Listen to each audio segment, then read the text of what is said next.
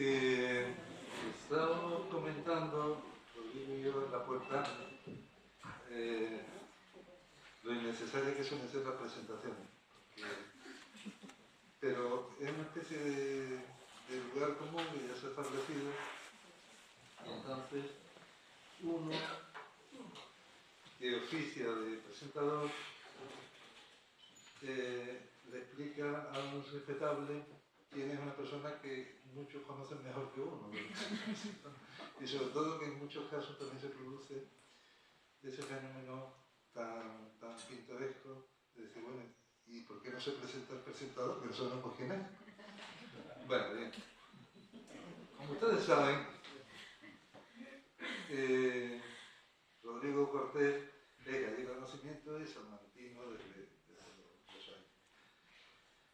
Y bueno, hace su primer cortometraje con 16 años y su primer largometraje, El concursante, en 2007. Es, supongo, una película que han visto ustedes en la que se establece un juego paradójico de los que a mí me divierten especialmente, según el cual la buena suerte puede provocarnos la ruina y la desgracia. Un planteamiento realmente atractivo en una película magnífica, porque fue la segunda película que vi de Rodrigo. Después nos hizo pasar ese mal rato en el Sepultado, ese mal rato estupendo, en que todos sentimos la emoción de pasarlo mal, que es algo que también por eso sabemos qué mecanismo mental nos divierte mucho. Y nos llevó a esa experiencia extrema en la que sentimos la experiencia, la sensación de estar muertos estando aún vivos.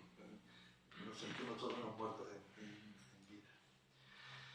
Bueno, y en 2012, otra película muy fascinante, Luces Rojas, que interpretaron Sigourney Weaver y Robert De Niro, en que se plantea otro asunto que a mí me fascina especialmente, que es la pugna entre la racionalidad y lo parapsicológico, lo paranormal, lo anómalo o lo fraudulento. Y bueno, si no voy a hacer un recorrido, que me pidió que me hiciera un recorrido minucioso por cada película, por cada obra suya. La última, Escape, que no sé si han visto, que es una película realmente estupenda, donde Mario Casas hace un magnífico papel. Era un papel además que exigía una interpretación complicada, porque el personaje es bastante complejo. Y bueno, que tiene además la vitolada de estar coproducida también por Martin Scorsese, que es uno de nuestros mitos vivos. Ha tenido muchos premios, premio Goya, estas cosas que no tiene el que diga. Y luego, como escritor, saben ustedes que bueno, tiene una novela, Los años extraordinarios, que es una extraordinaria muestra de su fecundísima imaginación, y que en cada página nos transporta a un mundo cautivadoramente imaginario. En Verbolario, pues bueno, nos ofrece una especie de diccionario alternativo, de diccionario personal, en que se define ingeniosamente, muy lúcidamente y muy juguetonamente muchas palabras, ¿no? Y luego, Cuentos telúricos, tenemos una muestra de su narrativa breve, en la que despliega todo su arsenal imaginativo y que depara una infinidad de planteamientos sorpresivos e inesperados. Bien, dicho eso, cumplido los trámites de la presentación,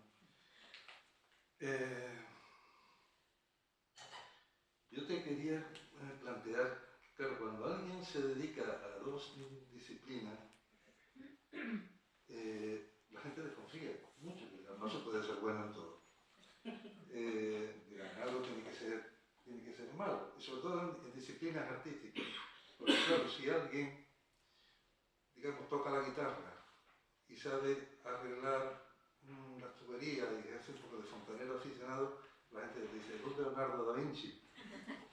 Y no, Leonardo da Vinci. Pero si te dedicas, por ejemplo, a la narrativa, a la poesía, al teatro, toda la vez, la gente dice, pero eso no puede estar bien de ninguna de las maneras. Y en este caso son dos disciplinas que, claro, que no son dentro del mismo ámbito artístico. El cine, que digamos que es más una labor de equipo, y el trabajo solitario del escritor, que toma sus propias decisiones sobre la marcha, mientras que imagino, y yo no lo sé, que en la dirección de una película está sometido a presiones ajenas, digamos, a estados de ánimo cambiantes, a unos horarios determinados, a unos presupuestos determinados. ¿Cómo se lleva, digamos, ese desdoblamiento? Imagino que para dedicarte a un par de cosas, la respuesta corta es que se te den bien. Porque, claro, el truco para que la gente crea que haces todo bien es simplemente no hacer en público lo que no haces bien. Que son muchas cosas. Incluso cosas que se te dan medio bien.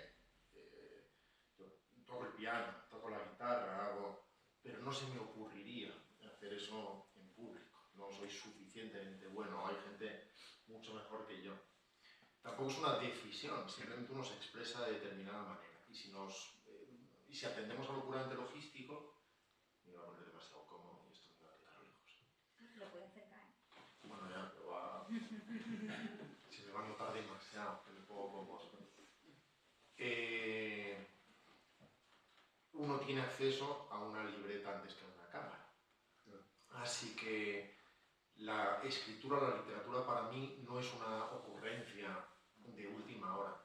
Algo que es por otro lado habitual y para lo que tienes que dar los pasos de la forma más meditada posible, precisamente para esquivar esa inevitable desconfianza de la que hablabas inicialmente. ¿Y tú quién eres? ¿O qué tipo de intruso quiere meterse en nuestro terreno ahora? Porque es habitual, tú lo sabes bien, que algún director aparezca un día con una novelita bajo el hombro, que generalmente es una especie de falso guión, camuflado y espolvoreado de adjetivos, que sigue las leyes de la cinematografía, pero con pasta dura. Y, en fin, no es lo que hago, como sabes, ni lo que trato de hacer. En cada uno de los ámbitos lo que sí hago es tratar de explotar al máximo en dos lenguajes. Es decir, cuando ruedo, trato de estirar y contraer el lenguaje cinematográfico, el puramente cinematográfico, en el que confío plenamente al máximo, para ver cuánto aguanta sin romperse. Del mismo modo que hablábamos de estos falsos guiones o falsas novelas, como quieras llamarlos, también hay no sé si es una falsa forma de rodar, pero no eminentemente cinematográfica, que consiste en hacer que pasen cosas y que los actores hagan cosas y distribuir cámaras alrededor y dárselas a un montador para que les dé sentido. Pero cuando uno piensa en los grandes maestros, no es eso lo que hacen. Toman decisiones constantemente, hay una semántica en el uso de la cámara, hay una forma de escribir a través de la cámara, hay un léxico en el que las cosas tienen un sentido y no otro, y este plano es para esto y no para cualquier otra cosa. Del mismo modo, cuando escribo, confío plenamente en la palabra y confío en erigir un mundo que se sostiene en el lenguaje y en el que, al contrario que en el mundo del cine, en el que un personaje se define sobre todo por la acción, por las decisiones que tome, no por cómo se piensa o reflexione, sino en el caso de la literatura estamos en otro terreno, que es el de la evocación, es el de la resonancia, es el de la propia sensorialidad del lenguaje, su propia musicalidad que cierra su propio mensaje, y soy muy poco cinematográfico escribiendo. Es difícil verter lo que hago en cine al papel, y las cosas que escribo serían en general, con alguna excepción, difíciles de verter a la pantalla. Es lo que quería decir, que obviamente que tu literatura es muy literaria, no es la literatura de un cineasta, ni tu cine es la literatura, el cine de un escritor, sino que está muy bien distinguido, pero un nivel extraordinario de calidad. Los dos, tanto el cine como su obra narrativa. Y eso no es usual, lo que tú estabas comentando. A veces yo soy muy aficionado al cine y sabemos que las películas con exceso de literatura, en fin, acaban flojeando un poco. Hay una esencia que yo entiendo que es puramente cinematográfica, que hay una magia que es específica del género, y no es algo que se le pueda añadir a través de, digamos, una sobrecarga literaria, ¿no? Que el cine tiene otros parámetros también que tienen que funcionar, o si no, digamos, que convierte una película en algo un poco más plomizo, ¿no? Claro, son herramientas. Y cuando, de hecho, cuando se hacen adaptaciones literarias estos son términos delicuescentes, pero vamos a usarlos igual y tratamos luego de moderarlos. Pero cuando se hacen películas basadas en alta literatura, generalmente no salen bien. Y curiosamente, grandes maestros del cine han hecho muy buenas películas a partir de literatura más bien fungible e incluso literatura de kiosco. El propio Hitchcock es un perfecto ejemplo. Porque lo que tomaba es premisas posibles con potencial cinematográfico que pudiera desarrollar en un determinado orden. Ahora hablamos cuáles son esas herramientas. En cambio, adaptar El mar y el mar de Iris Murdoch no sería una tarea fácil. Y si se hiciera de manera literal, sería más bien banal. Claro que puedes mostrar todo lo que se cuenta en un libro en la pantalla, pero si haces eso desde el literalismo, tienes gente hablando sin esa capacidad evocadora y mágica. Pensemos en Pedro Páramo, por ejemplo, un ejemplo que se puede usar de forma recurrente porque es casi paradigmático para eso. Uno lee a Rulfo con enorme fascinación, pero todo lo que sucede ahí, toda esa atmósfera, se sostiene en el lenguaje, está erigida en el lenguaje. Y si la muestras de forma literal, tienes gente hablando. Efectivamente puedes poner las mismas palabras en boca de un actor y mostrar un páramo y un perro y polvo y un paisaje mexicano, pero cuando muestres a Pedro Páramo será un terrateniente con bigote o sin él y tendrá relaciones con mujeres y tendrás algo enormemente banal. Porque el lenguaje del cine es... En el cine se consigue significado cuando se apuesta de verdad por el cine a través de otras armas. La propia juxtaposición de planos significa algo, el silencio puede ser mucho más revelador. En una novela, si quieres que una mirada signifique algo, describes el significado de la mirada y todo lo que sucede detrás de esos ojos. En el cine tienes que mostrar qué sucede detrás de los ojos y para eso tienes que conseguir evocar una emoción real que sea mágicamente interpretable de forma inequívoca por el espectador, y eso con el sonido, con la música, con las selecciones de vestuario, llevan a un terreno que no es el de la simple cobertura. Y del mismo modo, cuando ese mundo narrativo se lleva de forma directa a la literatura o al papel, se pueden conseguir cosas, bueno, la mayoría de los bestsellers, de hecho, se consiguen así, escribiendo falsas películas que siguen esos códigos, pero esas novelas que dejan rastro y que dejan cicatriz y que no sabemos del todo definir y que se orquestan a través del propio ritmo interno inefable de las palabras, juegan en otro terreno.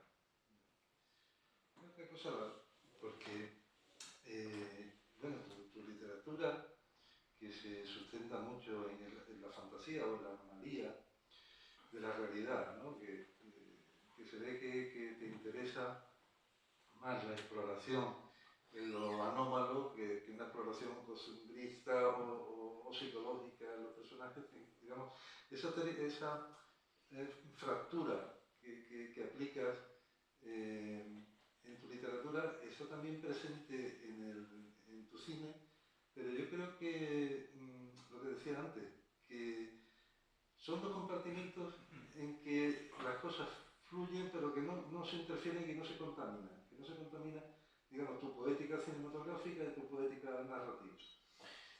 Porque hay una especie como de flujo subterráneo, pero que no hay una contaminación entre los dos géneros, ¿no? Porque eso sí podría crear una distorsión.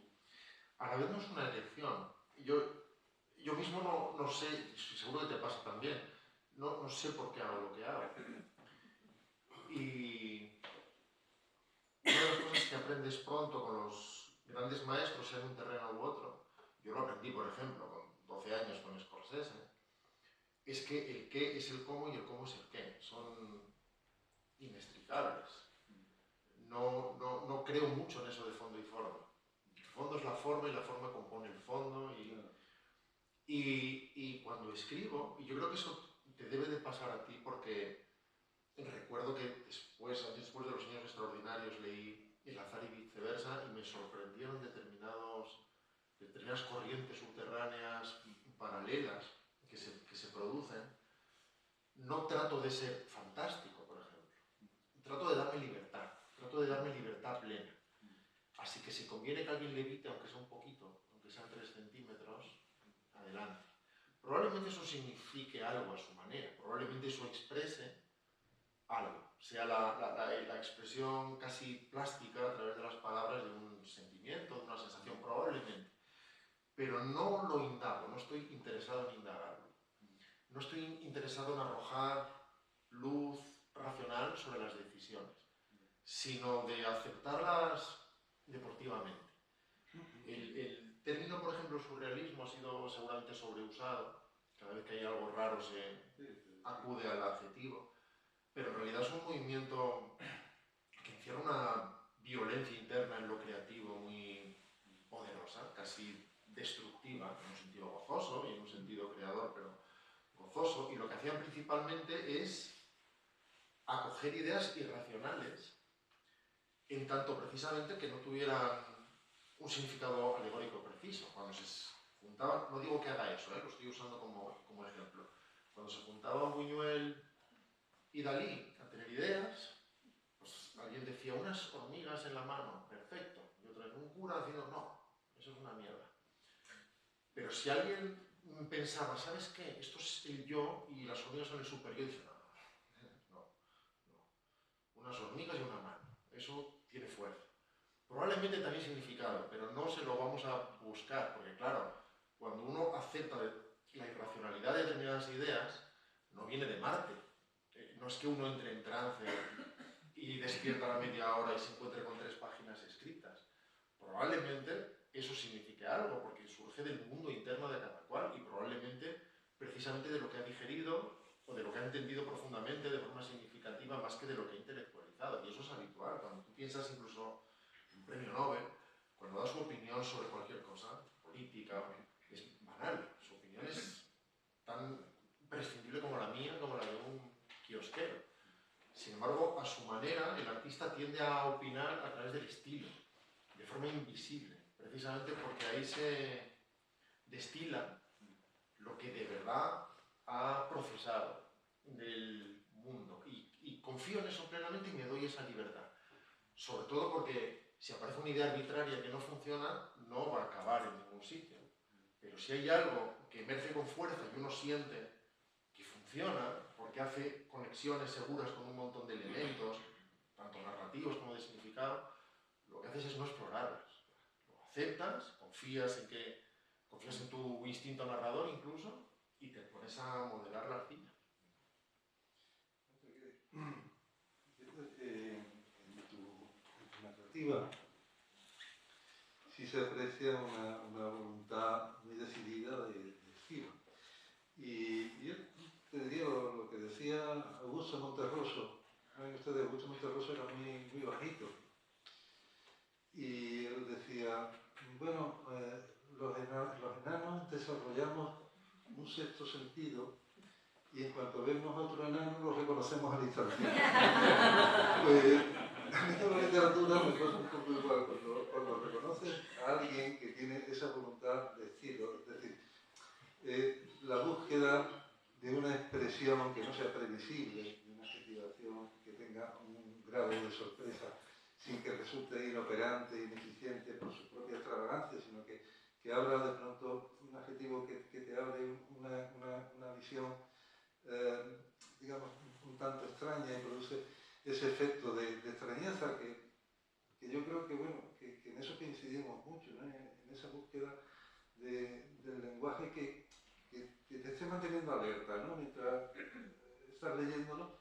Y lo que te quería preguntar, y volviendo a Monterroso, porque en una charla como esta, en un coloquio como este,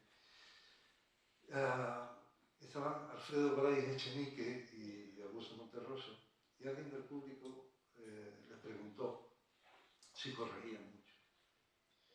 Y entonces Brais Echenique dijo, no, yo no corrijo mucho, yo tengo más o menos claro lo que quiero hacer de entrada, y más o menos el texto sale ya definido, y en cualquier caso una corrección de pequeños detalles, de algún adjetivo, de alguna frase, de resolver de otra manera una frase, pero poca cosa. Y le preguntan a Monterroso, ¿y usted? Y dice Monterroso, bueno, yo no escribo, yo solo corrijo. Y entonces tú corriges mucho. Sí. Porque yo no he sido lo que solamente corrijo. Sí. Reviso y reviso y reviso y reviso. De hecho, lo mejor de escribir es haber escrito, con diferencia. Escribir no es tan agradable. Sentarte cuando no sabes qué va a pasar y algo tiene que pasar y algo tiene que salir de los dedos ese día, puede ser muy divertido, puede ser muy gozoso, pero uno solo está deseando llegar al momento en que haya escrito para haber escrito y empezar la escritura de verdad. De hecho, la definición en verbolario, por ejemplo, de escribir es simplemente reescribir. Y la definición de reescribir es quitar. Y en el fondo, así es como entiendo la reescritura. Una y otra vez, una y otra vez. Se parece mucho al montaje cinematográfico. Porque cuando uno escribe, cuando uno está pariendo su borrador inicial, está generando un mundo, una serie de personajes y sucede algo. Cuando acabas, por fin ya sabes lo que pasa, ya lo tienes, el trabajo de picar piedra está hecho, el trabajo duro está hecho, y a partir de ahí uno empieza a sobrevolar el texto. Y de hecho, cada vez que lo sobrevuelas, claro, las primeras reescrituras, no sé si es tu caso, las primeras son más editoriales, es decir, lo tengo y ahora hay determinadas decisiones que hacer. Esto se repite, esto sería más conveniente aquí, aquí he empezado a definir un personaje que se ha ido convirtiendo en otra cosa. Así que ahora que sé por fin cómo es, voy a tener que hacer cambios de énfasis al inicio. Aquí he sembrado unas pistas falsas que no sabía que eran falsas porque creía que iba a un sitio donde finalmente no fui. Entonces ese par primero de revisiones es más editorial, es más de atender el conjunto, las piezas y colocarlo ya todo por fin en su sitio, eliminar incoherencias o añadir determinados detalles que permitan hacer más natural determinado flujo. Pero a partir de que eso, de que el puzzle editorialmente está en su sitio, para mí ya solo es música. Solo es música. Entonces vuelves a sobrevolar el texto viendo dónde te encallas, de forma casi como si te separaras un metro de él y no atendieras ya tanto al significado como al flujo. Y cuando te enganchas, cuando el ejercicio del alma se te engancha en un clavo, lo rebajas. Y la primera vez te enganchas 1000 veces, y la segunda 500, y la tercera 300, y siempre es quitar. Eventualmente puede suceder que necesites poner más carne en algo, o que llegues a determinados sitios sin habértelo ganado realmente y te des cuenta que necesitas más densidad o más textura. Eso puede suceder, pero en general es apretar el polvorón y darte cuenta de que si todo está bien trazado, este adverbio no hace falta porque el verbo basta. O que este adjetivo no hace falta porque el sustantivo ya está adjetivado por el contexto. Siempre hay una forma de... Y a veces incluso tienes dos párrafos que te parecen estupendos, pero que están diciendo lo mismo, en realidad. Te has sobrado o tenías una idea clara en tu mente y la has desarrollado con determinada exuberancia, pero a veces dices, esta frase, que era el editorial de lo que luego he desarrollado, en realidad lo contenía todo y sobra ese desarrollo. Y en ese sentido soy muy automutilado sin dolor. O sea, para mí quitar es un triunfo. Y si hay dos buenas ideas que dicen lo mismo y tienes que elegir cuál es un poco mejor de las dos, elijo. O sea, no dejo las dos. Elijo para que todo tenga el mayor poder posible y que la lectura resulte inevitable. Una cosa, claro, porque en la escritura no se puede permitir que se impongan, digamos, las ocurrencias sobrevenidas, ¿no? Tú tienes un planteamiento, pero de pronto el propio curso de la ficción, de tu imaginación, de tu mente, te lleva a otro sitio que no estaba previsto, ¿no? Claro, imagino que eso en la literatura sale gratis, lo único que invierte es tiempo. En una película, esos cambios cuestan dinero, son posibles. Un guión tiene que ser mucho más cerrado que digamos que una invención literaria. Para todo lo que digamos ahora, hay en realidad todas las excepciones que se nos ocurran y podríamos acogernos al ejemplo que nos conviniera para defender una tesis u otra. Pero en términos generales, la escritura cinematográfica es más económica y más cerrada sobre sí misma. En general, si se incorpora un detalle en un momento dado, es para que adquiera significado en algún instante. Y generalmente, si se toma una decisión, se intenta que sirva a varios propósitos a la vez. Que definan un elemento de la acción, pero también una forma de expresión del personaje, pero que supongan una sorpresa, pero que a la vez después se recogen en un punto en el que adquiera significado por contraste o por explicación o por lo que sea. Y todo suele estar mucho más cerrado en sí mismo. Hay casos en los que no sucede así, pero en el 90% de los casos, el 90% de los guiones se escriben con escaletas previas, con mapas de carreteras más o menos cerrados y después se empieza a escribir. No siempre es así, ¿eh? Los Coen muchas veces empiezan a escribir diciendo que no saben a dónde van. Y por otro lado, hay millones de maneras de escribir una novela también. Siempre se habla de los sempiternos escritores de mapa y escritores de brújula. Me preguntaban a menudo cuál era, con los años extraordinarios precisamente, y solía escribir que la había escrito tirando dados en ese caso. Ese caso sí que era un caso aceptado y a modo de disciplina deportiva autoimpuesta, de no tener ni idea de a dónde iba. Pero, en fin, hay novelas también profundamente literarias que, sin embargo, se han escrito, o incluso se han escrito partiendo del final. Hay escritores que, si no saben cómo acaba algo, son incapaces de empezar. Pero es verdad que las reglas del juego son distintas. Una de las razones por las que Borges, no sé si abjuraba, no sé si es demasiado decirlo así, pero descreía de la novela, es porque consideraba que era, por definición, ripiosa. Decía que el cuento es autocontenido y puede ser perfecto. Sobre Cortázar llamaba la esfera frente al árbol de la novela. Personalmente estoy muy poco interesado en las reglas de ningún tipo y en esas metáforas que establecen establos sobre cómo deben ser las cosas, pero Borges consideraba que una novela necesariamente acababa inevitablemente conteniendo novelas dentro y digresiones. A su vez, la que defendía por encima de otras era el Quijote, que es un ejemplo perfecto precisamente de novela ripiosa y llena de novelas, ¿no? Pero somos así de contradictorios.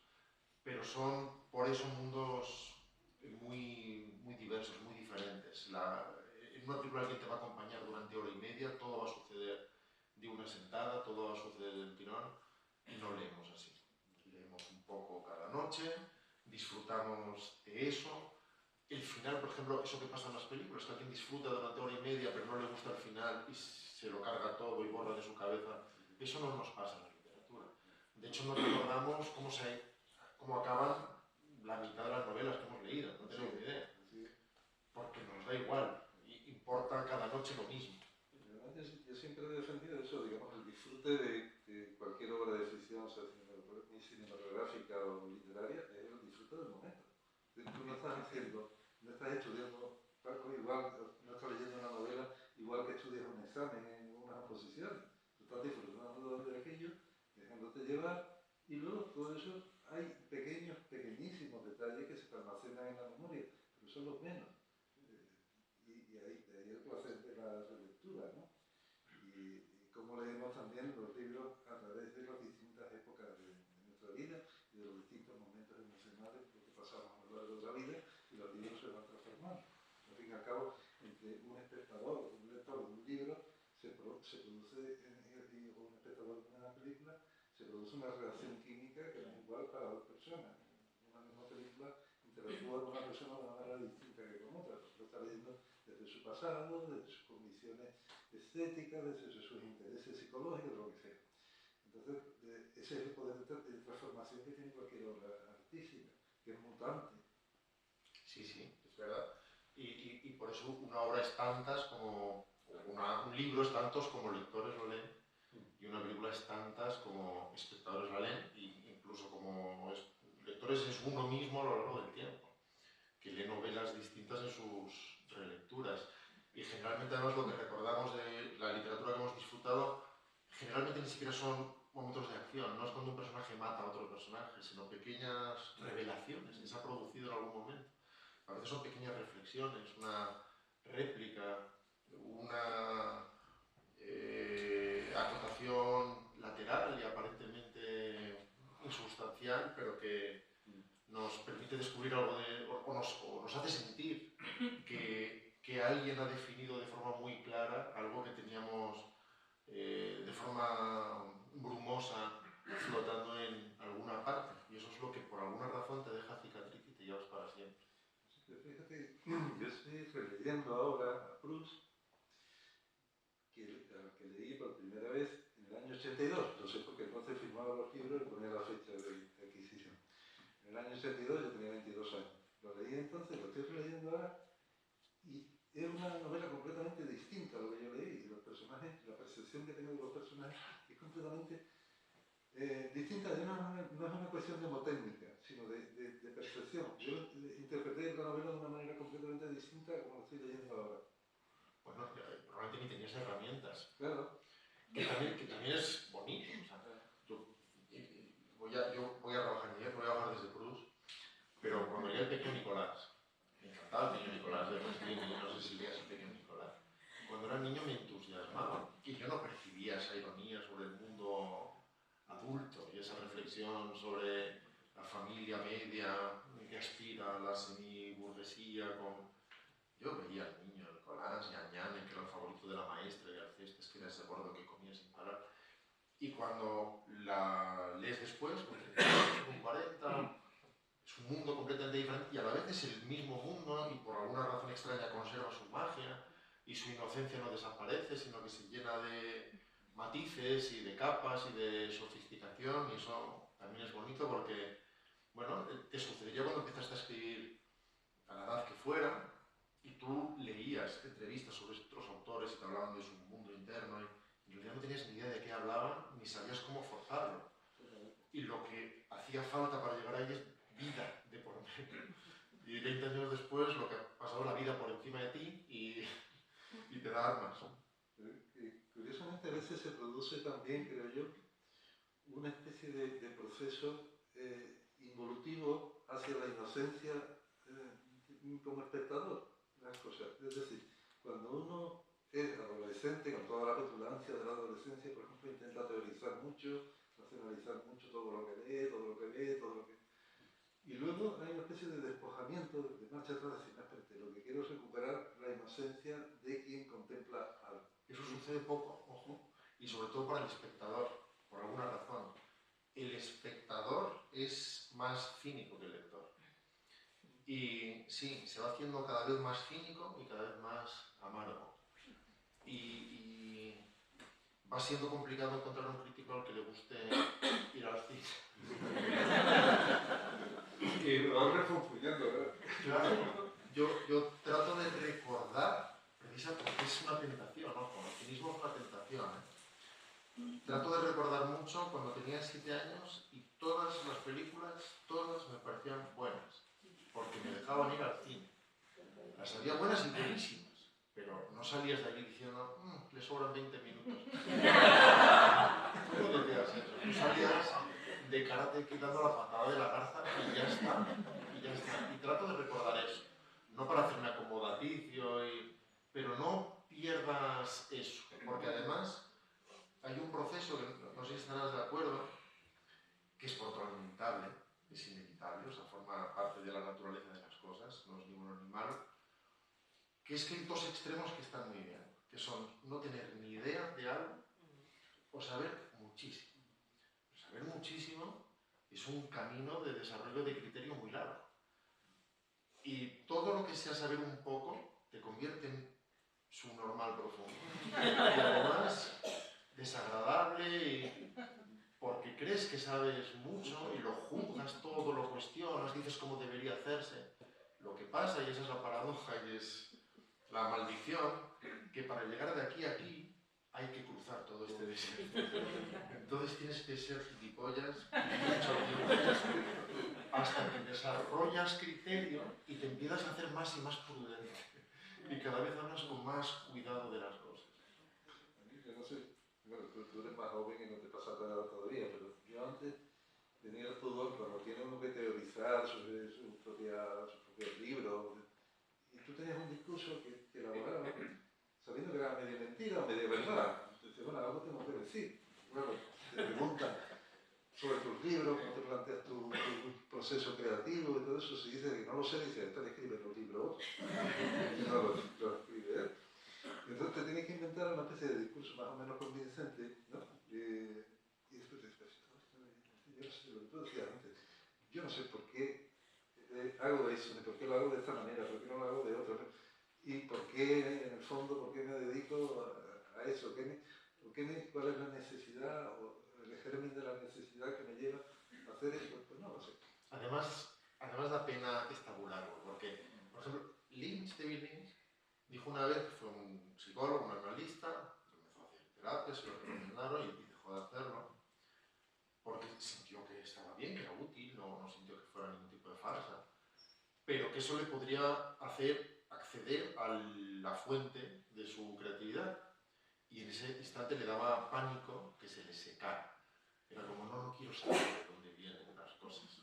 Eso se dejaba, quiero que siga habiendo cosas, que sigan saliendo. Y eso tiene mucho sentido, porque además, cuando uno hace cosas sin saber exactamente por qué las hace, no significa que sea tontito o que sea una especie de trozo de madera en la corriente. No es eso.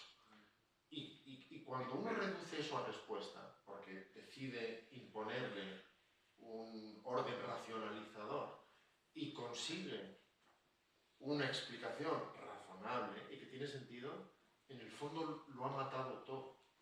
Cuando por fin te preguntan algo y puedes acudir a una respuesta porque un día lo lograste, sientes que hay algo que se ha petrificado. Digo, ya tengo una respuesta para esto.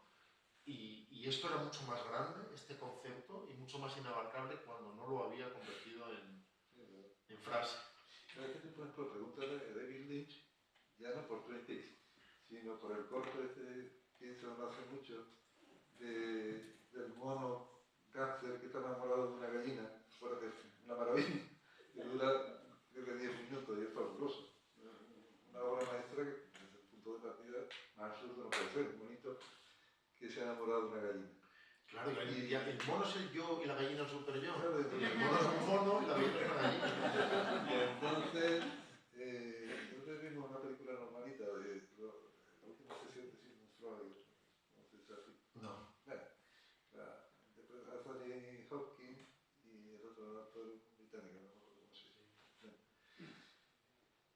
Lo de toda la interpretación de los sueños, de la mente, todo eso de Freud, también me hace mucha gracia, por ejemplo, lo de Nabokov, ¿no? que decía, que se refería a Freud como el fraude Freud. Dice que era un fraude, que era verdad. Cuando intentamos analizarnos a nosotros mismos, cosa que yo he dejado de hacer hace ya bastantes años, no sé si tú también, bueno, las decisiones artísticas, quiero decir, me refiero a las decisiones de vida, porque ahí ya se entra, digamos, el peso de la conciencia, el peso de tu principio. Pero eso es otra cosa y es interna y no es intelectual. Eso por otro lado, ¿no? Pero, digamos, buscar la teorización de lo que uno hace es algo que cada vez me interesa menos. Me interesa más con 20, con 30 años me gustaba teorizar, escribía sobre textos teóricos sobre la poesía, sobre las novelas, ¿no? Y no me interesa eso, prácticamente nada. Sí, es verdad, y además tienes ideas mucho más claras al principio. Y luego hay un día que descubres que no son tuyas, que estás repitiendo cosas que te han resultado interesantes o que sientes que te hacen quedar bien. Esa vez que te ves repitiendo un argumento que usaste hace 20 años y dices, esto no lo he revisado. Y a lo mejor hace falta revisión. Y cuando lo revisas dices, ya no pienso esto. O incluso son opiniones de gente a la que admiras y que adoptas. Pero claro, luego lees opiniones de otra persona a la que también admiras que dices algo completamente distinto.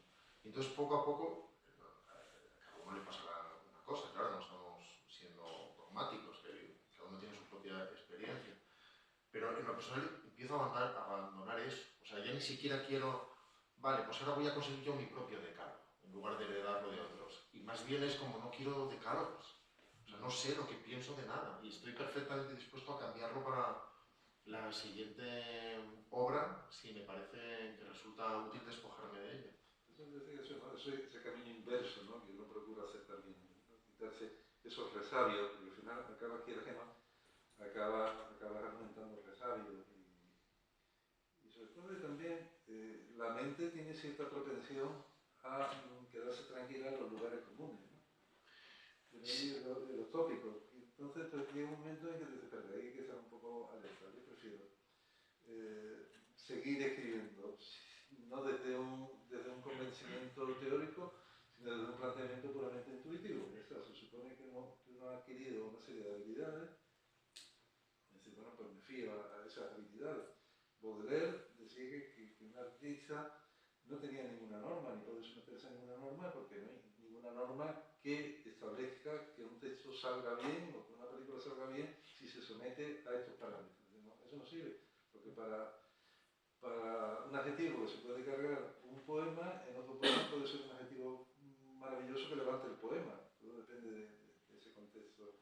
Y aparte hay cosas que tienen muy buena prensa y que me interesan muy poco como lector y como espectador. Parece que algo tiene más nobleza si trata los grandes temas o si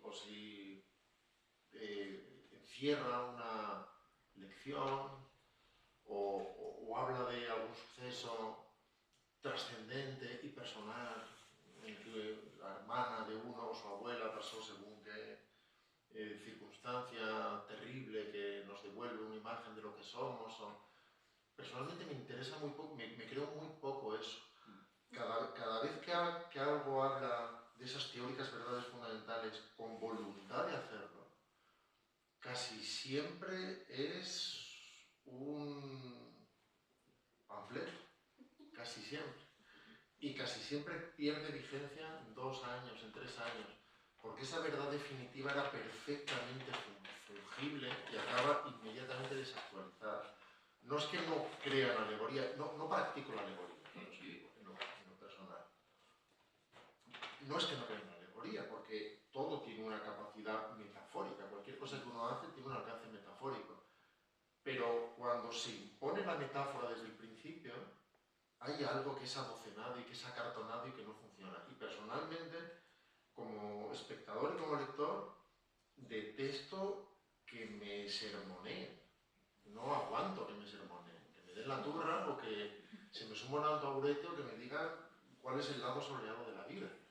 Y por lo tanto no se me ocurre hacerlo. Sin embargo, cuando alguien sirve a su historia y sirve a sus personajes y explora sus contradicciones, porque todos somos infinitamente contradictorios y ambivalentes, y cuando uno dedica toda su honestidad narradora a hacer que eso tenga sentido, tenga verdad, cabalguen en balas de cañón o estén sentados en escritorios de funcionarios, eso es indiferente.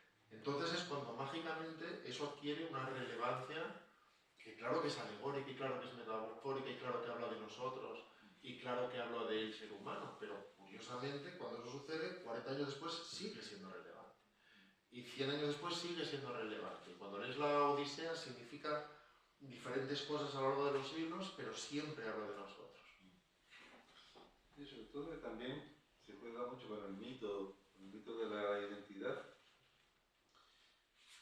pasando por alto que la identidad es siempre inestable. Es decir, que quizás es posible que no tengamos tanto una identidad como una historia detrás. Y esa historia, esa secuencia narrativa, le damos el nombre de identidad.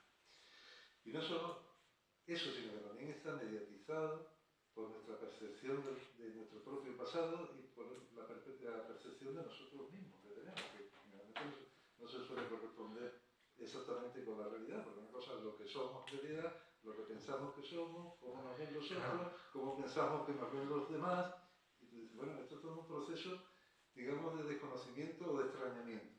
Y aparte hay componente que es el puro juego, que es el puramente lúdico. Estamos jugando a cosas. Y tus personajes no tienen por qué ser mini-yos de ti, o representaciones de tus opiniones.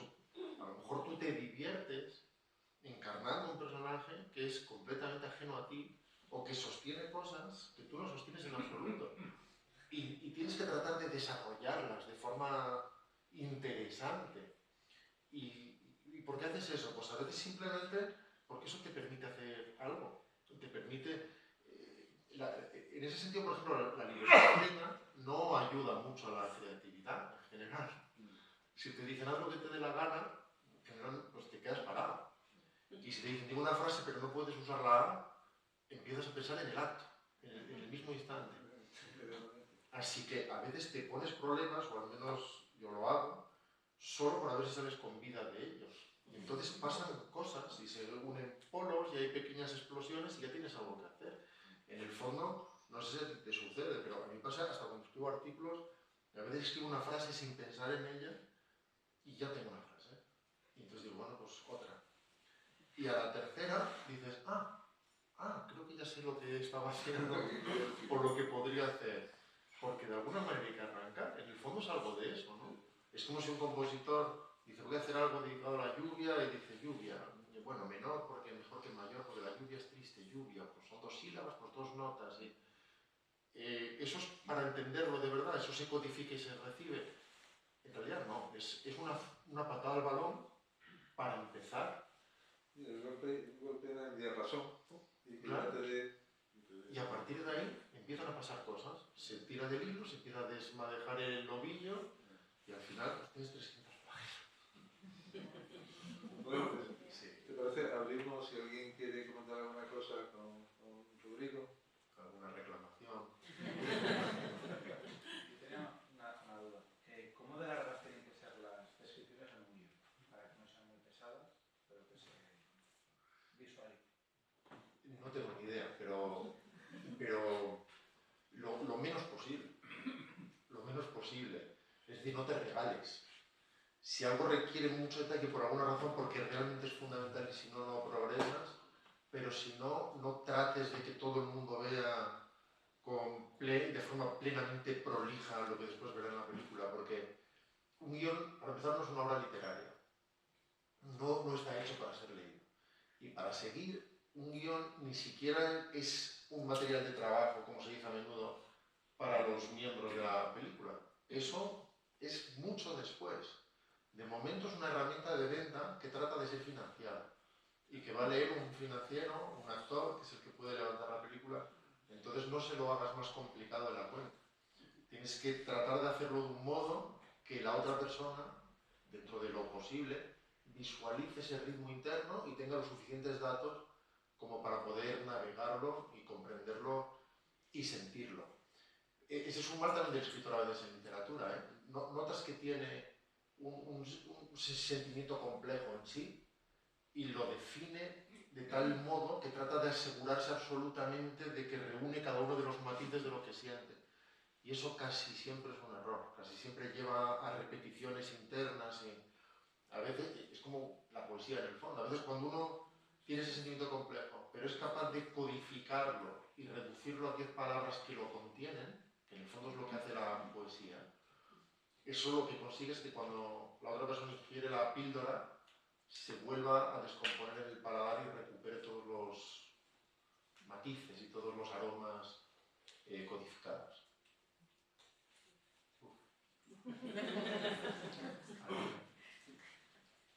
Una un poco más larga y otra más corta, más divertida, ¿no? La que puede ser un poco más larga es para un creador como usted, ¿no? Una persona que hace cine, que escribe literatura y demás. ¿Cómo lidia con ese sentimiento de trascendencia que yo creo que en el fondo está en muchos creadores, ¿no? O sea, en una época en la que estamos donde hay una saturación enorme de películas, de libros, que nada dura nada, incluso el excelente colma la conversación solo una semana. No sé cómo el creador lidia con ese sentimiento, a lo mejor es completamente indiferente, simplemente crea por entretener, divertir, expresarse y le da absolutamente igual. O sí que hay ese sentimiento a lo mejor de decir, joder, a mí me gustaría escribir un clásico o que en un futuro se recordase esto que yo estoy haciendo. Yo recuerdo, por ejemplo, en una... No, pregunta solo, no lo conviertas en conclusión. No, me refiero que me surge de escuchar una vez a Prado diciendo que él pensaba que tenía que ser mucho más leído, mucho más escuchado y demás, ¿no? Pero la pregunta era mucho más sencilla, ¿eh? Sobre género literario o cinematográfico.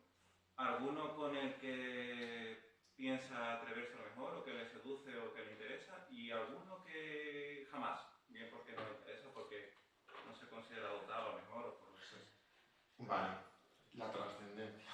Vamos por ahí. Bueno, eso se consigue con egocentrismo, porque, es decir, si tú tratas de hacer algo perdurable, en realidad tú no crees que vaya a ser perdurable. O sea, tú ya sabes que eres una mota en el universo y que tu desaparición no altera el orden de las cosas. Pero si quieres hacer algo medio bien hecho, haces como que va a durar. Como que hay una voluntad de que esto siga significando algo. Si es que estás haciendo eso, hay que a lo mejor hacer un trabajo de un día porque esa es la naturaleza de su trabajo, de su oficio o su vocación, y ya está. Y se compra una casa grande y ya está. Pero en el fondo es hacer como que, o sea, esto es un acto de fingimiento absoluto, de autoimpostura, en la que uno hace como que lo que hace tiene interés, y uno, para no llamar tonto al lector, hace como que no es tonto, y lo digo completamente en serio. Es decir, es como cuando se dice, oye, ¿cómo es la gente? La gente es tonta, la gente no existe. La gente es una entelequia manoseada que no existe. Entonces no se trata de que si tú escribes de una forma que no insulta al lector, todo el mundo va a entender. No, pero tú haces como que sí, y eso va a suceder en muchos casos, porque si tú escribes de manera que el más tonto lo entiende todo, significa que estás escribiendo para tontos. Y eso no es, a priori, buena idea. Y fíjate, de hecho, ya te lo estaba diciendo, está mi subconsciente. Me encantaría hacer un western, antes o después haré un western. Amo ese género, me parece eminentemente cinematográfico, el paisaje habla, los silencios cuentan. Tengo muchas ganas de hacer algo así. Y también un musical puro, porque también me parece que es esencialmente cinematográfico. Hay cosas que pasan en el musical que no pueden pasar en otros sitios, que son 150 tíos haciendo lo mismo a la vez. Por ejemplo. Hola, mira, a mí me encantaría hacerte dos preguntas que están muy relacionadas. Es una moda de Jerez y de dos en dos.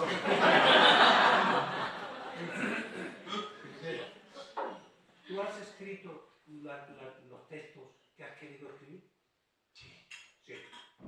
¿Y la película? Sí. ¿Has hecho la película que querías hacer? No he hecho todas las películas que quería hacer. No cantidad, las que has hecho.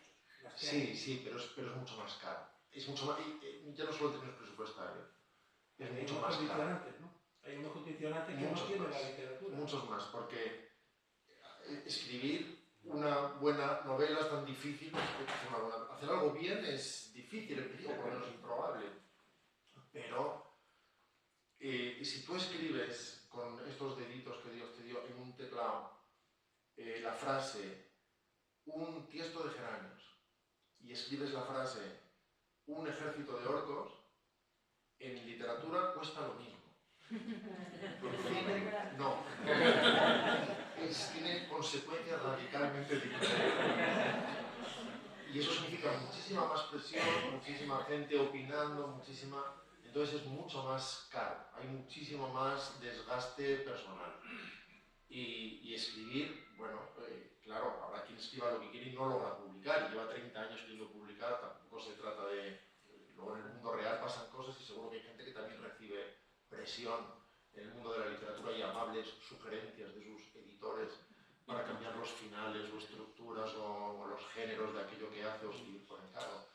Pero en lo personal estoy en una buena situación en ese sentido y escribo lo que quiero, lo que no te garantiza gente al otro lado. Por ejemplo, cuando hice Los Años Extraordinarios, no voy a hacer ahora épica de eso, porque es algo que sucede con mucha frecuencia, se rechazó en 7, 8 sellos y estuvo muy cerca de volver al cajón, como tantas veces pasa, o recibí amables sugerencias sobre todo lo que había que hacer con esa novela. Y solo en el último instante, de repente apareció Miguel Aguilar de Random House, y para sorpresa de todos, lo que era una novela de 2000 ejemplares que ya veremos si vendemos, se convirtió en algo. Pero nunca sabéis si es así.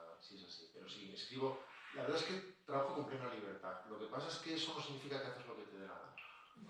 Significa que no haces nada que no te dé la gana. Desde fuera se parece mucho, pero no es lo mismo. En el cine no ocurre eso, claro. Bueno, es que depende de la... Sí, de que estés dispuesto a ir a la guerra también y tener según qué batallas, pero es mucho más desgastador, es muy erosionador. Volviendo, es una pregunta para los dos. Yo hago una pregunta nada, pero para los dos. Volviendo un poquito a la imagen que he visto al final, ¿no? Del diapasón y de la patada al balón, ¿no? ¿Qué pasa para los creadores cuando el diapasón no suena o cuando el balón está pinchado y sientes dentro que, oye, pero es que tengo que darle una patada a este balón o quiero que este diapasón suene, pero no hay manera de hacerlo funcionar? ¿Qué sentís? Es que claro, me pasa de esto en ¿me das un consejo para...? No puedes dar un consejo a nadie. El primero sería no aceptes ninguno, pero hay uno que es bueno en lo que hace. Entonces, si alguien dice, oye, es que Beethoven se pone y le sale una sinfonía, y yo me siento y es que no se me ocurre nada. Y digo, pues a lo mejor no se te da bien. O a lo mejor estás en un pequeño momento de bloqueo. Pero, por ejemplo, ¿tú has tenido algún bloqueo creativo alguna vez? Alguna vez sí. Pero bueno, es que yo creo que eso forma parte del misterio también de esta profesión o de lo que sea. ¿No? Que tú dices, bueno, no todos los días tiene uno la capacidad de escribir, quizás porque no sé, hoy no puedo escribir nada. A mí a veces yo escribo artículos en prensa y hay días en que me cuesta un trabajo horroroso. Tienes 40 temas de actualidad para desarrollarlo, pero no encuentras ese tono en la primera frase. Y si encuentras la primera frase ya lo tienes. Pero eso pasa para un artículo de periódico y para una novela. Yo, por ejemplo, la novela más larga que he escrito, eran 600 páginas, todo partió, yo únicamente tenía una frase, del novio del mundo. Solamente tenía una imagen, que es alguien que se acuesta en un hotel de Ámsterdam y se despierta tirado en una calle de Melilla, vestido con un camisón de mujer. Y digo, vale, vamos allá. ¿Qué va a pasar? Yo qué sé. No tengo ni idea. Y lo peor de todo es que se me ocurrió en un vuelo de Madrid a Mallorca. No tiene nada que ver con eso. Y a partir de ahí, bueno, pues, y esa ocurrencia me dio la clave de toda la novela. De, bueno, a un personaje que le pasa esto no puede ser un agente de seguro. Un empleado bancario, tiene una vida bastante peculiar. Y entonces me inventé la vida en 600 páginas y hasta la página 500 por ahí no le vi al final. No justificaba que este hombre se acuesta en un hotel de Ámsterdam y se despierta tirado allí en medio de una calle de Melilla sin saber cómo llegar allí. Esos son los misterios de las canciones. Yo creo que no tengo la cabeza muy bien por dentro. Algo falla, digamos. El entramado neuronal hay algún cortocircuito que es lo que hace que estas cosas funcionen. Fíjate, yo no tengo un bloqueo creativo jamás, pero eso no significa que salga bien todos los días. Pero cuando no sé qué escribir, lo que hago es escribir algo. Y si no está bien, pues ya tengo algo que arreglar. Y no es broma. O sea, si algo no está del todo bien, pues lo revisas. Y cuando acabas de trabajarlo y ya está bien, pues ya está bien. Y ya lo tienes. Yo tengo una pregunta. Has dicho que querías hacer western y que querías hacer un musical. Yo creía que El amor en su lugar era un musical. Bueno, en la FNAC lo van a poner ahí en esa estantería. Tiene elementos musicales indiscutiblemente, y se compusieron cosas y bailan y cantan. Pero entiendo el musical puro como un lenguaje de cámara que no es completamente realista y en el que las cosas se expresan a través de baile, de una canción, o de forma más, puede ser el jazz, o puede ser el muro de Alan Parker. O sea, hay mil maneras de hacer musical. Y yo siempre sentí que El amor en su lugar, en el fondo, era una historia sobre un musical. Había que crear primero el musical, que es una obra de teatro musical, crearla, orquestarla, dramatizarla, generar las canciones, los bailes, pero que luego lo que estábamos haciendo es una película sobre una gente que estaba interpretando un musical. Y esa peli tenía un lenguaje de otro orden, que no es el de Siete novias, paz y eterna. Pero obviamente hay elementos comunes. Pero me estoy refiriendo a un musical puro.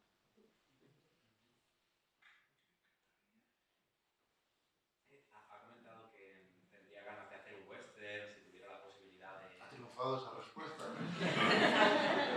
Yo quería preguntar si realmente habría algún género que le causara, como que le provocara hacerlo, o sea, que tuviera pendiente como... ¿Me explico? No. ¿Algún género que no haya tocado todavía pero que le gustara, aparte del western? Sí. Y si hubiera también otro género que no, que le causara algún tipo de... Mira, has rescatado tu pregunta. No, porque en el fondo hay dos géneros para las pelis, que son las buenas y las malas, y me gustan de los dos géneros. Por ejemplo, a priori, una comedia romántica no es lo que más me apetece hacer, pero luego hay películas como Green Card de Peter Weir que son buenísimas, y me encanta verlo y me da igual lo que sea. La propia El amor en su lugar es una, bueno, a priori diría, no una película de amor, por decirlo así, no es lo que más me apetece hacer, y luego Get a Room es una película de amor. Una película de amor, bueno, sí, pasan cosas, y sobre todo sobre el sacrificio y sobre la renuncia, es decir, una forma de amor desinteresada y... no me interesa hacer un porno, por ejemplo.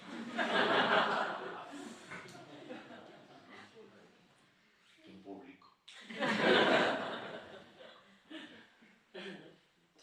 Sí. Quería preguntarle sobre el tema de las subvenciones al cine español. Vaya, por Dios. Es una pregunta incómoda. ¿No cree que sería más fructífero para el proceso creativo hacer una criba que sean los espectadores los que decidan y no se tenga que poner tanto dinero público? Que al final detrás de ese dinero público hay un partido político, que es el partido que gobierna. ¿Cómo afecta eso a la creatividad?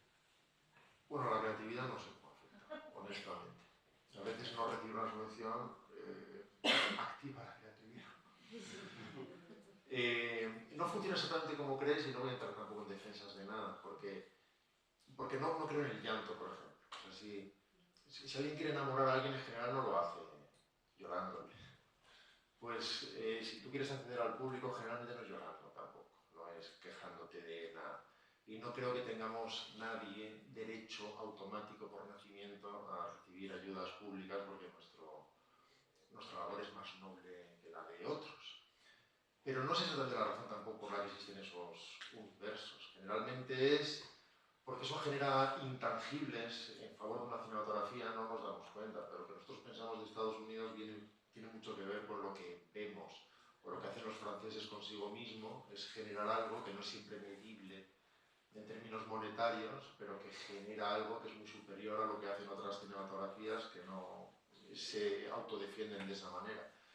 Y te lo digo yo, que no he recibido subvención ni con Escape, ni con el amor en su lugar, ni no estás hablando con un Yorick. Pero tampoco es como tú crees.